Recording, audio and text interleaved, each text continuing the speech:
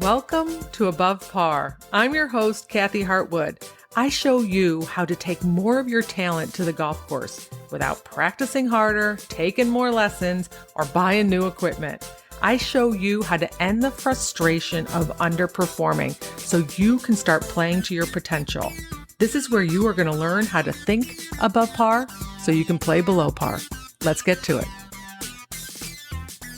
Hello, golf friend. How are you? So I have a spicy episode for you today. It really goes back to the first episode I ever recorded, which is why golf is so mental. But I'm just going to rephrase it, and it's really about why golf F's with your brain. Do you feel that? Do you ever feel like, what the heck is wrong with me? Why does golf mess with our brains so badly, so much, so randomly, I guess we could say? You might feel like you're the calmest, most put together person on the planet, and you walk on the golf course and you become this different person, right? Your nervous system goes into high alert. You get frustrated. All of a sudden, all these different characters that you never knew existed in you come out. You wonder what happened to you. What did golf do? Why is it effing with your brain so much?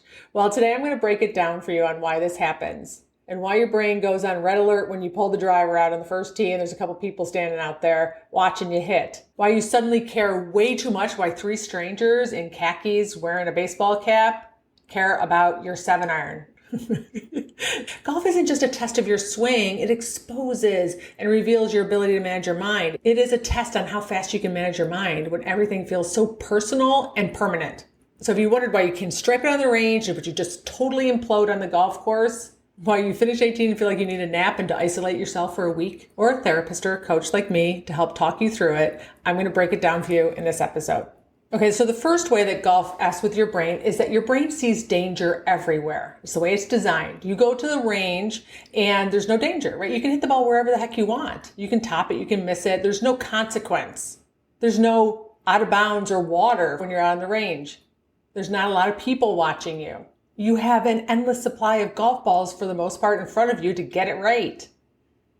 But then we go on the golf course and your brain sees water and out of bounds and people and scores as danger. It puts you into fight or flight. Like literally, it puts you into fight or flight and your nervous system gets all jacked up. And so that person who on the range that I call calm or certain or confident disappears.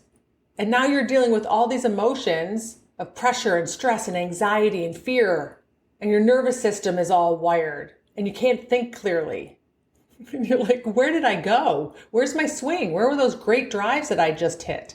Our brains are designed to keep us safe and keep us alive as a species. So if it perceives danger, it's going to put us into high alert. Now, granted, you're not going to die playing golf on the first hole. There's not tigers that are going to eat you alive, right? There's not predators out there. You're not going to run out of food the way that we are designed to go into fight or flight when we think that's going to happen. But your brain perceives social pain and emotional pain as if it was life-threatening.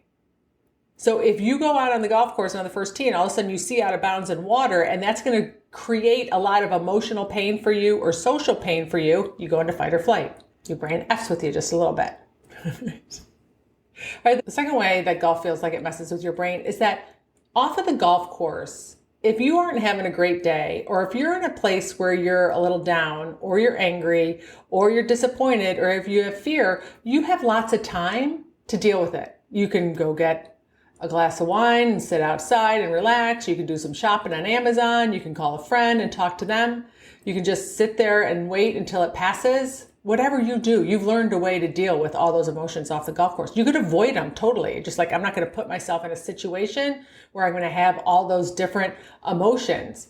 But guess what? On the golf course, you don't have time. It's your turn to hit, especially if you topped it. You're up.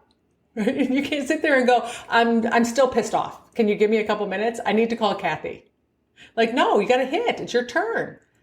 But you're still reeling from the last shot that you just missed, or you're reeling from the 6 or the 8 you made on the hole before. And you know it's not going to serve you if you swing from that place, but you don't know the skills on how to process it quickly enough for the game of golf. Even though golf is a slow sport where we have lots of time to think, we don't have a lot of time to process our emotions when it's our turn to hit, especially if we don't own that skill. So I say that golf has a tendency to rip the Band-Aid off and expose our ability to manage our mind. We're off the course. We can dilute it. We can avoid it. We can buffer through it. We don't have many options when they're out there playing golf. So the third thing that I say this phrase all the time is how you do one thing, you do everything, which means you bring your brain with you to the golf course. So if you have tendencies off of the golf course, like perfectionism or people pleasing, or you have social anxiety, or you have fear of failure, or maybe impatience, or judgment, or fear of judgment, or worrying about what other people think, you bring that with you to the golf course. And you're forced to deal with it. Right? Off of the golf course, you might be able to work your way around it, but on the golf course, it is there in your face for you to deal with. Pokes its head up. And it doesn't serve you and create the results that you want. Golf is like a giant mirror. Whatever is lurking there shows up on the golf course. It'll surface. So if you think that you need to do things perfectly or you don't like how it feels if you make a mistake, golf, which is a game of misses, is going to expose that to you. And it's become really raw and feel very palpable out on the golf course. The fourth thing is that it's just you. There's no team. There's no escape. Golf, for the most part, even though you can have a partner, is basically a solo job, a solo sport. We can't blame a ref. We can't blame teammates. Your performance is fully exposed. So it exposes you, it becomes very vulnerable, and it creates that breeding ground for disappointment and embarrassment that you got to manage. And you don't get to manage it just for a blip of a moment. You've got 4 to 5 hours to deal with it. The other way that golf messes with your brain is that your brain loves certainty. It wants to control things. It wants to know that it has safety. And golf is full of uncertainty. And especially if you're a person who loves to have control, there are so many things in golf that you cannot control. You can't control the weather. You can't control your playing partners. You can't control course conditions or the pace of play or words that people say or bounces or good luck or bad luck or lies, aerated greens, the wind stopping, the wind blowing. You can't control any of that. You can't control scores that other people shoot. You got to manage all that. We like to argue with it. Like, my ball shouldn't have been in the bunker. I shouldn't have hit that shot. The wind stopped blowing. I can't believe it started raining on me on number 7. I was doing great until it came to a screeching halt. There were 3 groups on 1 tee. Right? Your brain just can fixate on controlling things that aren't controllable to feel safe.